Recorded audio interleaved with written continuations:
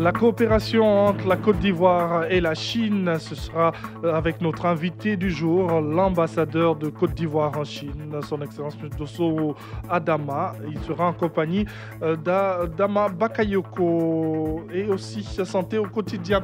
À 6h52, l'importance de la consommation d'eau à jeun.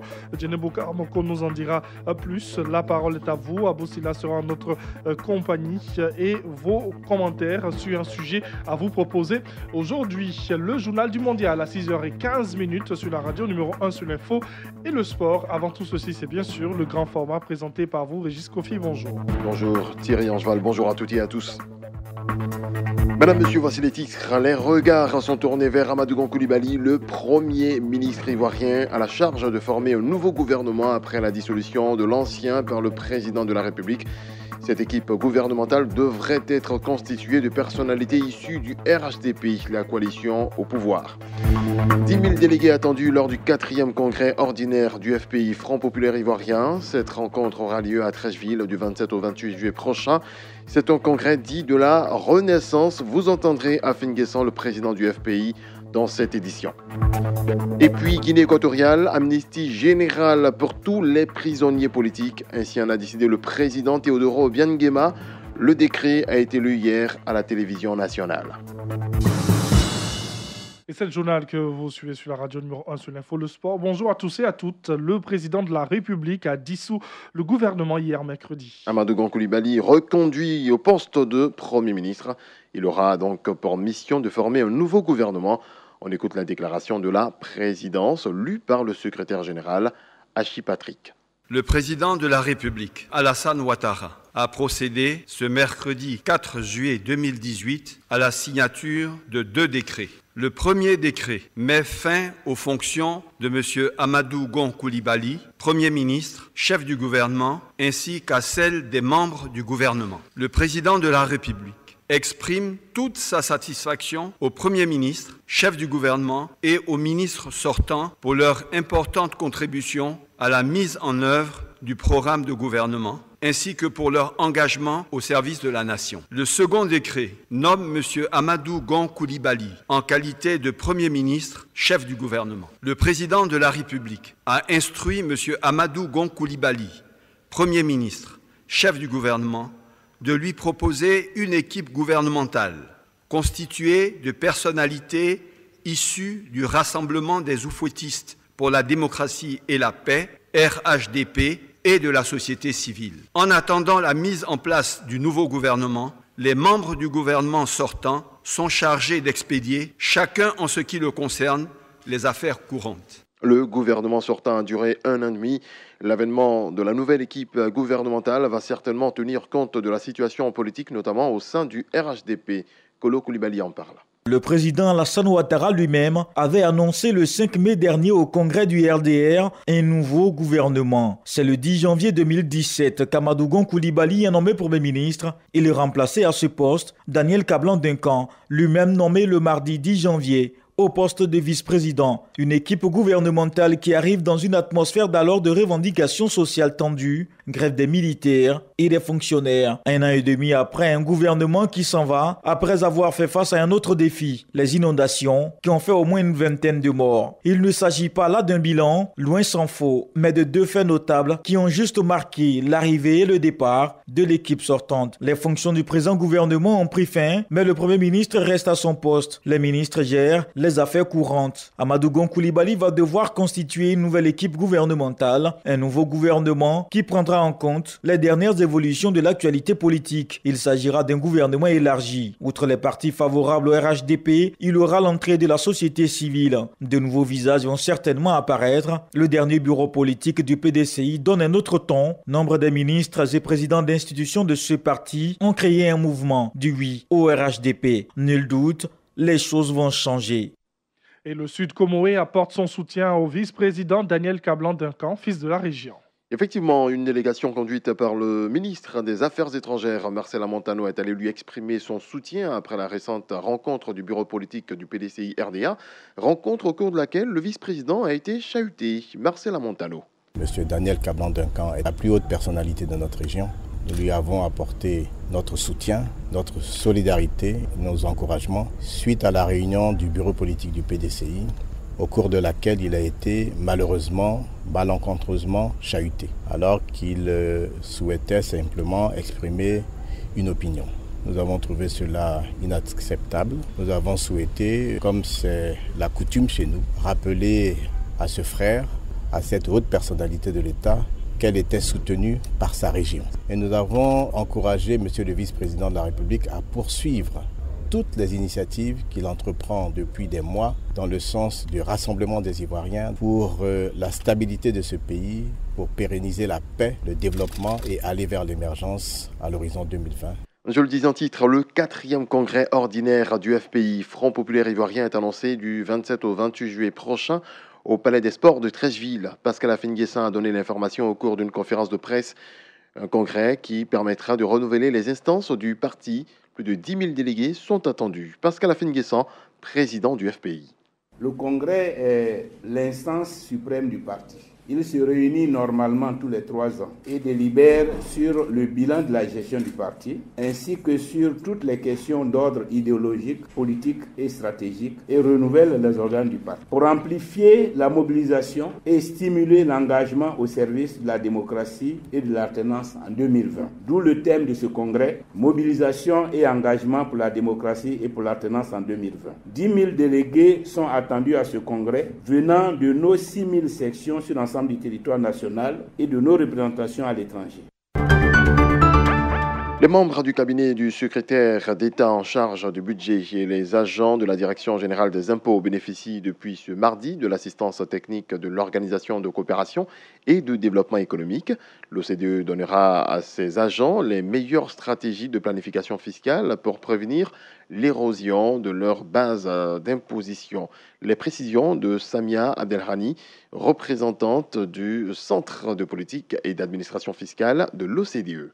L'OCDE et le G20 ont élaboré un plan d'action justement pour lutter contre ce phénomène. Des mesures ont été élaborées pour permettre aux pays justement de protéger leur base d'imposition. Nous avons élaboré 15 mesures et nous en sommes aujourd'hui au stade de la mise en œuvre. Donc on encourage les pays à mettre en œuvre ces mesures justement pour protéger leur base d'imposition. Alors la Côte d'Ivoire fait partie de ce mouvement international.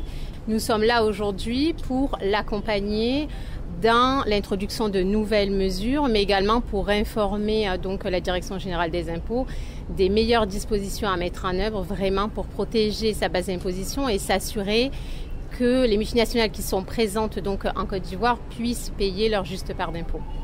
La Côte d'Ivoire possède désormais un supercalculateur. C'est un ordinateur capable d'effectuer des calculs complexes à très grande vitesse. Situé sur le campus de Bingerville, au sein du tout nouveau Centre national de calcul de Côte d'Ivoire, il s'agit du 2e sur le continent à être opérationnel. Denise de la Fafiette. Le supercalculateur ivoirien est composé de 7 armoires pesant chacune 1 tonne. À l'intérieur s'empile une multitude de serveurs informatiques reliés entre eux et permettant de numériser des phénomènes complexes souvent inaccessibles à l'échelle humaine, et ce, à très grande vitesse. Ce superordinateur peut en effet réaliser plusieurs milliards d'opérations à la seconde. Financé par un prêt de la Direction générale du Trésor français, cet ordinateur super puissant sera mis à contribution dans de nombreux domaines scientifiques. Il pourra ainsi être utilisé dans les domaines de la biologie moléculaire, de l'agriculture ou encore de la climatologie. Pour la ministre de l'Enseignement supérieur, cet outil va permettre de dynamiser la recherche ivoirienne et de fait limiter la fuite des cerveaux. Liramata Bakayoko. Grâce à l'engagement du président pour une recherche scientifique d'excellence et à l'implication personnelle de monsieur le Premier ministre et l'appui de la France, la Côte d'Ivoire vient de se doter d'un supercalculateur, je dirais d'un joyau scientifique.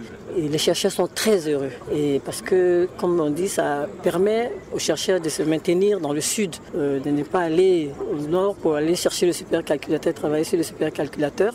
L'intérêt de ce supercalculateur est grand. Au niveau de l'agriculture, il peut permettre de faire des prévisions, d'augmenter la production agricole et des molécules thérapeutiques. Notons que le lancement du projet de construction du supercalculateur a été fait les 5 et 6 mars 2017 au pôle scientifique et d'innovation de l'université Félix Houphouët-Boigny de Bingerville.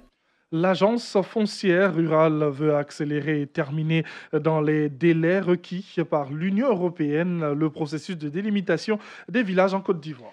L'évaluation de l'UE, partenaire financier du projet, devait se tenir au mois de juin, mais a été finalement reportée à septembre.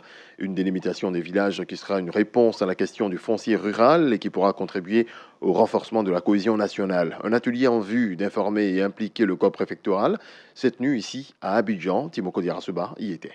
Sur 1300 territoires bouclés dans le cadre des différents projets, seulement 452 dossiers sont sortis du circuit local en vue de la préparation des arrêtés ministériels. Conséquence, il existe encore 848 dossiers qui sont en souffrance, des dossiers qui doivent nécessairement passer par les étapes de bornage et constat des limites, production de plans, ouverture des formalités de publicité, clôture des enquêtes. L'agence foncière rurale qui pilote le projet veut accélérer le processus en impliquant fortement le corps préfectoral. L'opération est importante puisque la réussite de la délimitation des villages permettra de réussir celle des communes, des sous-préfectures et en dernier ressort, la délimitation des préfectures. Et si le processus est réussi, il va garantir un bon découpage administratif qui lui-même servira de base pour un bon découpage électoral. Bambachek Daniel, directeur général de l'agence foncière rurale. Il y a des vieux conflits centenaires de villages. Il faut les mettre ensemble et tant qu'ils n'ont pas de manière consensuelle décidée, ça peut nous ralentir parce qu'on ne peut pas que la décision vienne du haut. Il faut qu'elle vienne du bas, elle soit ascendante. En ce moment, les préfets doivent jouer leur rôle de médiateur pour que ça aille vite. Autre obstacle, si par exemple le préfet où le DR n'est pas équipé tant au niveau du mailing, par exemple, même du carburant qu'il faut pour aller sur le terrain, mais ça peut être un obstacle. Le financement peut être un obstacle. Après ces rencontres d'information et de formation du corps préfectoral et des rois et chefs traditionnels, une vaste campagne de communication sera organisée pour informer les populations sur la nécessité de la réussite du processus. Et à l'international, les réfugiés camerounais au Nigeria écrivent au HCR pour dire non à l'aide humanitaire que Yaoundé se propose de leur apporter. Pour cette aide, le gouvernement a lancé un appel à la générosité à travers le pays. Des opérations de collecte ont ainsi été lancées et ont déjà permis de récolter des centaines de millions de francs CFA, sauf que ces derniers n'entendent rien recevoir du gouvernement. Et nous poursuivons avec une autre actualité internationale dans ce journal. C'est aussi cette mesure inédite du président équato-guinéen. Teodoro Obiang-Nguema a décidé hier une amnistie totale en faveur de tous les prisonniers politiques et de tous les opposants condamnés ou interdits d'activité selon un décret lu à la télévision nationale. Une mesure spectaculaire et un geste envers l'opposition qui avait fait de cette amnistie une des principales conditions à sa participation au dialogue politique convoqué mi-juin. Le chef de l'État s'engage à garantir la liberté et la sécurité de tous les participants au dialogue qui, selon le texte, se tiendra du 16 au 21 juillet prochain.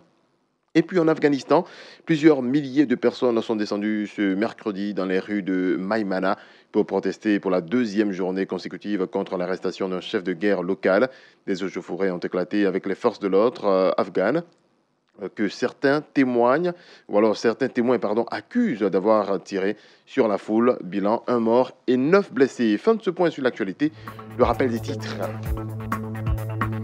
Les regards sont tournés vers Amadou Gon Coulibaly, le premier ministre ivoirien à la charge de former un nouveau gouvernement après la dissolution de l'ancien par le président de la République. Cette équipe gouvernementale devrait être constituée de personnalités issues du RHDP, la coalition au pouvoir. 10 000 délégués attendus lors du 4e congrès ordinaire du FPI, Front Populaire Ivoirien. Cette rencontre aura lieu à Treichville du 27 au 28 juillet prochain. C'est un congrès dit de la Renaissance. Vous avez écouté le président du FPI, Pascal Affi-N'Guessan, dans cette édition. Et puis, on le disait à l'instant, Guinée équatoriale, amnistie générale pour tous les prisonniers politiques. Ainsi en a décidé le président Teodoro Obiang-Nguema. Le décret a été lu hier à la télévision nationale. Merci Régis Kofi pour ce journal sur la radio numéro 1 sur l'info. Et le sport, vous aurez un autre dans moins d'une minute, ce sera celui du mondial. Radio Côte d'Ivoire, les sports d'ici et d'ailleurs.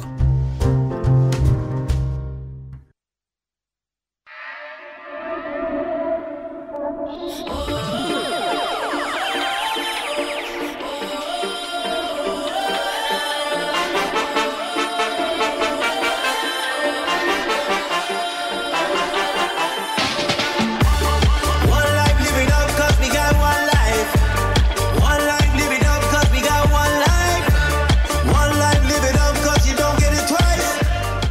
Cette musique qui annonce le journal du mondial avec Koulibaly Ladji-Sindou. Bonjour. Rebonjour Thierry Angeval. Toute l'actualité de la Coupe du Monde de football, c'est ici et maintenant sur Radio Côte d'Ivoire.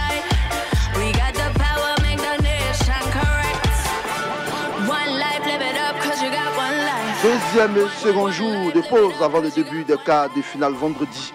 Des quarts de finale qui débuteront par l'affiche Uruguay-France à 14h. Des nations qui ont déjà goûté aux délices du trophée. Edinson Cavani, l'attaquant vedette des Uruguayens, devrait manquer ce choc. Blessé samedi dernier face au Portugal après avoir marqué son 3e but de la compétition. L'attaquant parisien est de plus en plus incertain pour ce choc. En tout cas, il n'a pas participé hier, mercredi, à l'entraînement des Uruguayens. C'est donc une nouvelle qui réjouit bien le défenseur de l'équipe de France, Rami Adil, qu'on écoute ici. Le malheur des uns fait le bonheur des autres, malheureusement. Là, on parle d'Edinson Cavani, l'un des meilleurs attaquants au monde. Un joueur qui est en pleine confiance pour cette compétition. Donc je pense que c'est pas plus mal pour nous qu'il soit blessé. Moi, j'ai connu une petite blessure au mollet et ça m'a pris du temps. J'ai essayé de m'occuper de la science. C'était pas facile, donc je pense que s'il joue contre nous, il aura bien démonté la science, lui. Il faut arrêter de nous faire croire qu'il va être disponible contre nous. Voilà, a dit Rami, le défenseur marseillais de l'équipe de France, se réjouit bien de la blessure de Edinson Cavani dans le camp. Il était au micro de nos confrères de RFI. Dans le camp des Bleus, le milieu tirunois Blaise Matuidi, suspendu, manquerait également ce duel des deux ex-champions du monde. Uruguay-France, on rappelle que c'est ce vendredi à 14h, suivi à 18h d'un alléchant Brésil-Belgique.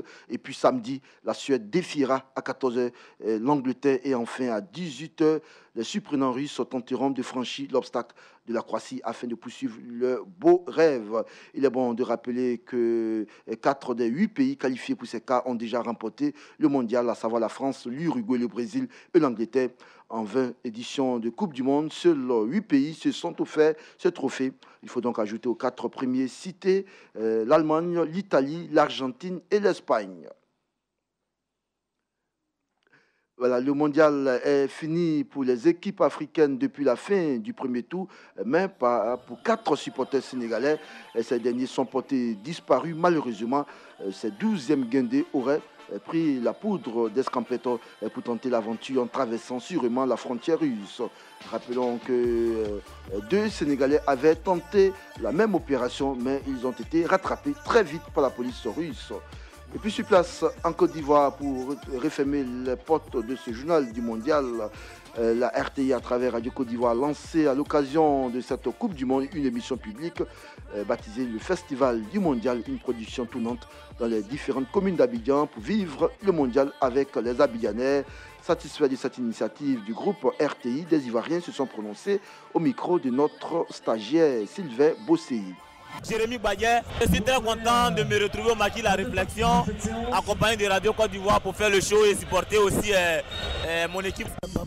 Aujourd'hui, ici, je suis fier. Vraiment, je suis beaucoup content de l'arrivée de RTI.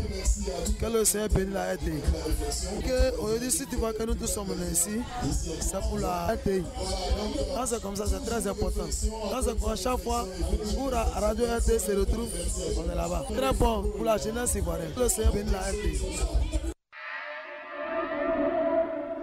Et voilà, la Coupe du Monde se poursuit demain, vendredi et samedi sur les antennes de la RTI avec également le Festival du Mondial dans nos différentes communes abidjanaises. Merci de nous avoir suivis pour ce deuxième rendez-vous du sport cette matinée. Prochain rendez-vous, c'est avec Fernand Kouakou, c'est ça? Voilà, Angeval. Bien sûr, avec Fernand Kouakou, ce sera à 7h20 dans la matinale de la Coupe du Monde. Merci Koulibaly Ladji-Sindou qui nous a proposé le JDS d'abord à 5h45 et ensuite le journal du mondial. À présent, nous allons changer totalement et carrément de sujet.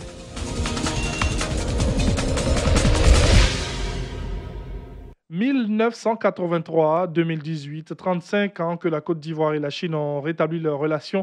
L'événement a été marqué le week-end dernier par une célébration à Pékin. Quelles sont les retombées de cette coopération? Pour en parler, Adama Bakayoko, depuis Pékin, reçoit sur place l'ambassadeur de Côte d'Ivoire en Chine, Dosso Adama. L'invité du jour. Excellence, bonjour. Bonjour. 35 ans d'amitié entre la Côte d'Ivoire et la Chine. Quel est l'état des relations entre nos deux pays? Je dois dire aujourd'hui que l'état des rapports entre la Côte d'Ivoire et la Chine sont très excellentes. Excellentes du point de vue des échanges, que ce soit des échanges humains. En parlant d'échanges humains, je vais parler par exemple des échanges de haut niveau, des visites de haut niveau entre les différents pays. Sur la mémoire, visite qu'a effectuée le président de la République ici en 2012, tout comme celle du président de l'Assemblée nationale en 2013.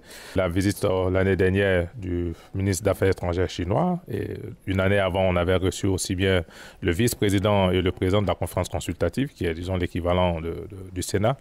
Je note également que dans le cadre de la coopération entre la Côte d'Ivoire et la Chine, c'est plus de 300 Ivoiriens de divers secteurs qui bénéficient des formations chaque année ici en Chine dans le cadre de la coopération. D'un point de vue économique, je dois également noter que de 2014 à 2017, nous avons connu un bond très significatif dans les échanges qui se sont variés et diversifiés. De 800 millions de dollars, nous sommes aujourd'hui à 1,7 milliard de dollars US. C'est vrai que cette balance est effectivement déficitaire pour la Côte d'Ivoire parce que nous avons malheureusement, si je dois le dire, n'avons pas la possibilité d'exporter directement nos produits ici parce que nous ne faisons pas partie des pays classés pays moins avancés. Donc il y a un certain nombre de taxes qui sont posées sur nos produits, mais ce sont des questions que les chefs d'État discuteront certainement au prochain sommet. Intéressons maintenant au domaine des médias. Chaque année, des journalistes ivoiriens sont formés en Chine. Alors dans les deux sens, comment se fait cette coopération entre médias ivoiriens et chinois? Au sommet de Johannesburg en 2015, le président chinois avait décliné 10 axes de coopération. Au nombre de ces 10 axes de coopération, il y a un axe qui était très important, qui était consacré donc à celui de la formation. On a l'habitude de dire que la presse est un quatrième pouvoir dans nos pays, tout comme en Chine ici. Il est également important donc que nos hommes de presse aient quand même une formation au-delà de la formation académique qu'ils bénéficient donc des formations continues. Et je crois que c'est dans ce sens-là que depuis quelques années, nous avons initié donc avec le gouvernement chinois une formation continue pour la presse ivoirienne. Et cela permet donc à nos journalistes de venir s'imprégner un peu de la culture chinoise, des pratiques et des méthodes au niveau donc de la Chine en termes de pratiques journalistiques. Mais je dois également relever que la Chine est fortement intéressée par comprendre également la culture ivoirienne. Et je pense que vous, les journalistes, vous êtes un vecteur, disons un canal pour pouvoir véhiculer ce que la Côte d'Ivoire a, tant au niveau de sa culture, tant au niveau de ses ressources, tant au niveau de la vie sociopolitique ivoirienne dans son ensemble. Et je pense que beaucoup de Chinois, la quasi-totalité, parce que c'est 1 milliard quand même 400 millions de personnes, très peu connaissent généralement l'Afrique, à fortiori la Côte d'Ivoire. Et donc, vous êtes également un canal qui puisse donc faire connaître nos pays à ces différents, indépendamment du travail quotidien que nous faisons ici. Donc, je pense que la Chine peut apprendre de nos pays à travers vous. Et je pense que votre passage ici doit être mis à profit également pour faire connaître notre pays. Excellence, en septembre, c'est un grand rendez-vous pour les pays africains ici. Et la Côte d'Ivoire va certainement profiter de ce rendez-vous pour renforcer sa coopération avec la Chine. Quels sont les grands chantiers prioritaires qui sont attendus? Les grands chantiers prioritaires, je dois relever tout de suite qu'au mois d'avril dernier, nous avons conduit une délégation de la Commission nationale du développement et de la réforme. Et nous avons reçu, par le biais du cabinet du Premier ministre, la liste des projets prioritaires que le gouvernement ivoirien voudrait voir donc réalisés dans les prochaines années. Je ne veux pas quand même trahir le secret ici, mais je peux vous dire que c'est des grands projets dont les études de faisabilité de certains sont quasiment bouclées. Le mois de septembre sera donc l'occasion pour le président de la République, avec ses ministres qui seront là, procéder donc à la signature des conventions pour la réalisation de ces différents projets. Excellence, merci. C'est moi qui vous remercie.